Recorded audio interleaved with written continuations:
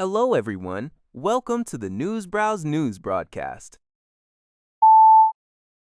NHK reports that Britain and France co-hosted an online conference on Friday, welcoming Iran's announcement that the Strait of Hormuz is open. The meeting, aimed at securing safe navigation in the critical waterway, saw around 50 countries and organizations participate, with Italian Prime Minister Giorgia Meloni and German Chancellor Friedrich Merz attending in person in Paris. Following the conference, French President Emmanuel Macron described Iran's decision as a step in the right direction. He demanded the immediate and unconditional full reopening of the strait by all parties, the restoration of pre-war free passage conditions, and full respect for the law of the sea. Macron added that diplomatic efforts with Iran would continue to de-escalate the situation, with close coordination maintained with the U.S. and Israel.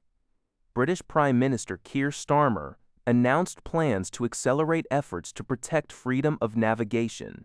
He stated that a military planning conference would be held in London next week to reveal more details on the mission's composition, with over a dozen countries already offering assets. Starmer emphasized that the endeavor would be strictly peaceful and defensive, focused on reassuring commercial shipping interests and supporting mine clearance. Taibao Thai Sounds reports that the U.S. Trump administration has once again temporarily exempted sanctions on Russian oil for 30 days. This move, announced on Friday, April 17, aims to curb soaring oil prices, which have risen due to the ongoing U.S.-Israel-Iran war.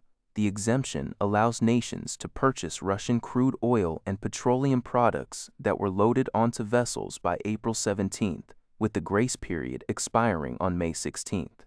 This decision comes despite U.S. Treasury Secretary Scott Bessent stating just 2 days earlier at a White House press conference that there would be no extension of sanctions exemptions for Russian and Iranian oil.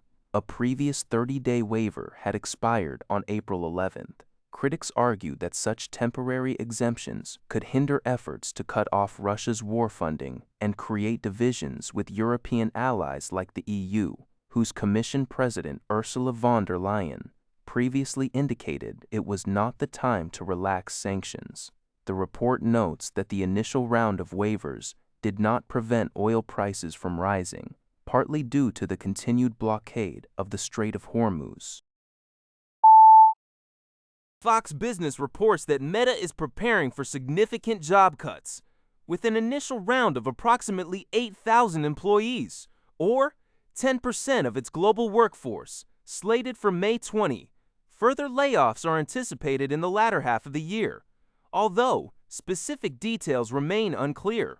These restructuring efforts are a direct response to Meta's strategy to counteract escalating artificial intelligence infrastructure costs and optimize operations with AI-assisted tools. CEO Mark Zuckerberg has committed billions to AI as the company shifts its strategic focus.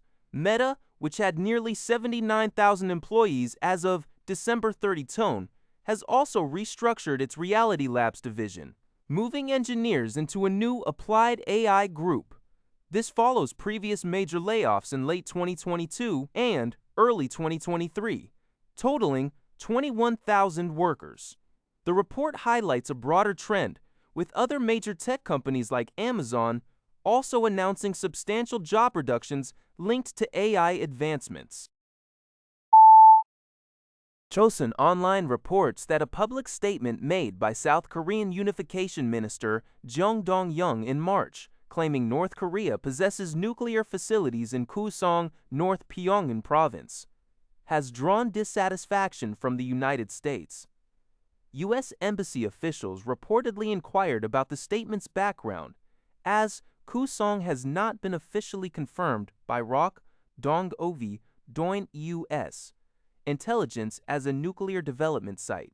This has led to concerns that the U.S. might restrict intelligence sharing with South Korea, a possibility the U.S. forces Korea did not deny when questioned about related Korean media reports. South Korea's largest opposition party criticized the minister's remarks as a disaster leading to restrictions on information sharing and damaging ROK-OVO alliance security cooperation. However, the Unification Ministry clarified that the statement was based on international research reports and other publicly available information, asserting that the U.S. understood the context. This incident is seen by some as an indication of accumulating strains in security cooperation between Seoul and Washington. According to Xinhua, Mexico's Economy Minister Marcelo Ebrard announced Friday that Mexico will strongly urge the United States to lift existing tariffs during the next round of trade talks.